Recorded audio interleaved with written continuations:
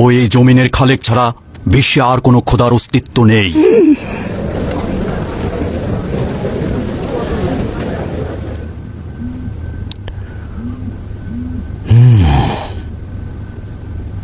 ও কি বলছে?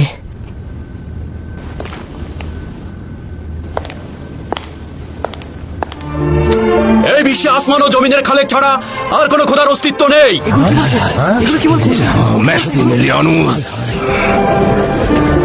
হযরত ইব্রাহিমের খোদা, হযরত নূহের খোদা, হযরত মুসা কালিমুল্লাহর খোদা, হযরত দাউদ ও হযরত সুলাইমানের খোদা এবং সর্বশেষ পয়গম্বরের খোদা, যিনি সমস্ত পয়গম্বরকে মানুষের হেদায়েতের জন্য পাঠিয়েছেন।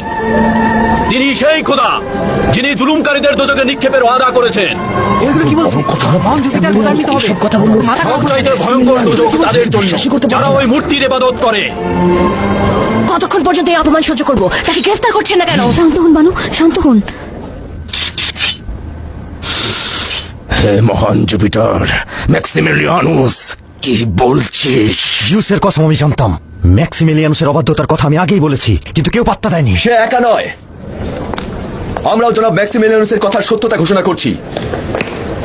আমরাও খোদার প্রতি ঈমান এনেছি। আমরা তোমাদের সকল খোদা জুপিটার, ইয়ানা, হারকিউলিস, সিবেল, আপোলন, মারুস, হাদেরিয়ানুস কোন খোদাগণকে আমরা চিনি না। কতক্ষণ পর্যন্ত আপনি এই রং তামাশা দেখবেন? এই অপমানের সাক্ষী হবেন? শান্ত হও বানু, জি বানু, বানু শান্ত হন। শান্ত হও। আমরা সেই মহান খোদা তাআলার ইবাদত করি যিনি অনন্তকাল ধরে আমাদের সাথে রয়েছেন। আমি তিনটে অবস্থায় কোনো সিদ্ধান্ত গ্রহণ করি না: রেগে গিয়ে, আনন্দের বশে এবং উৎসব মুখর পরিবেশে। ডিউক টাইটিয়ানুস, তুমিও কি ওদের সঙ্গে একাত্মতা ঘোষণা করতে চাও না? জনাব পুলিটুস, তোমার কি অবস্থা? জনাব জুলিয়াস, লজ্জা করো না, বলে তাদের ফেলো। সঙ্গে একাত্মতা ঘোষণা করা উচিত। কিন্তু আমরা সম্রাটকে কতল করব কিভাবে? তারা সম্রাটকে কতল করে ফেলেছে, এর চাইতে আর উত্তম পন্থায় কতল করা যেত না। আর কেউ আছে এদের সঙ্গে একাত্মতা ঘোষণা করবে? হ্যাঁ, এখনো আছে, এখনো আছে যারা তাদের সঙ্গে একাত্মতা ঘোষণা করতে চায়। আমাদের ভাইরা যা কিছু বলেছে তার সত্যতা আমরা স্বীকার করে নিচ্ছি। সম্রাট আমাদের সবার মতনই একজন ইনসান, এর চাইতে বেশি কিছু নয়। তোমাদের বিবেক কি বলে যে একজন ইনসান অন্য এক ইনসানকে খোদা হিসেবে মেনে নিবে? স্বর্ণ, রৌপ্য ও পাথর দ্বারা তৈরি ভাস্কর্যকে কিভাবে ইবাদত করব? আমাদের খোদার কোনো শরীক নেই, কোনো পুত্র নেই, রাষ্ট্রীয় কার্যাবলী সম্পাদনের জন্য কারো দরকার নেই। ওরা খোদাগণকে রাগান্বিত করছে। ওরা কাফের হয়ে গিয়েছে। আমার দৃষ্টিতে ওদের শাস্তি ক্রুশবিদ্ধ করে হত্যা করা।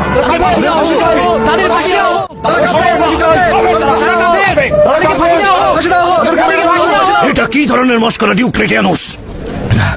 আলী জনাব, এরা নিজেদের বাপ দাদার মুখে কালিমা লেপন করেছে এবং গোলাম, মুচি, জোলাদের ধর্মে দীক্ষিত হয়ে আমাদের ধর্মকে অপমানিত করেছে। সেটা তো দেখতেই পাচ্ছি। এরা তোমার দরবারে কি করছে? আলী জনাব, এই কাপুরুষগুলো রোমের সম্ভ্রান্ত বংশের সন্তান।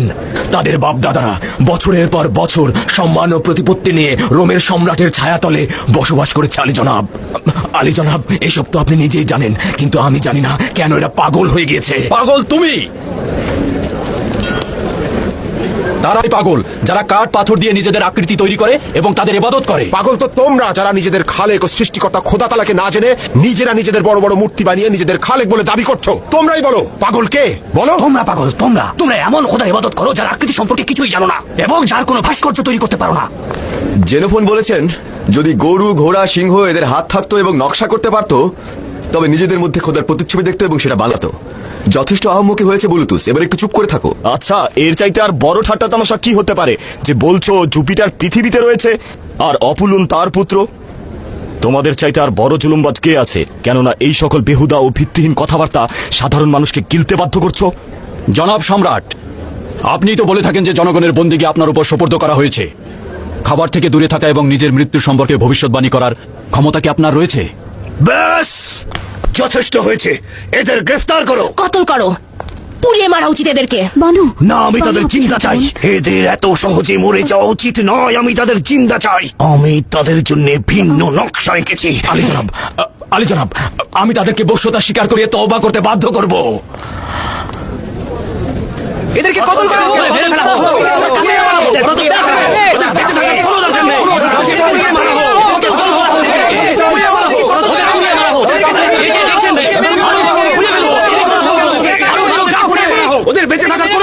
ইতিপূর্বেই আমি সম্রাটকে ম্যাক্সিমিলিয়ানুসের সম্বন্ধে অবগত করেছিলাম।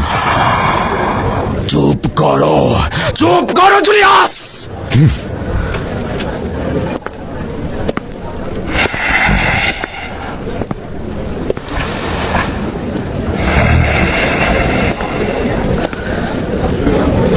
ফিডিয়াস, জি আলী জনাব।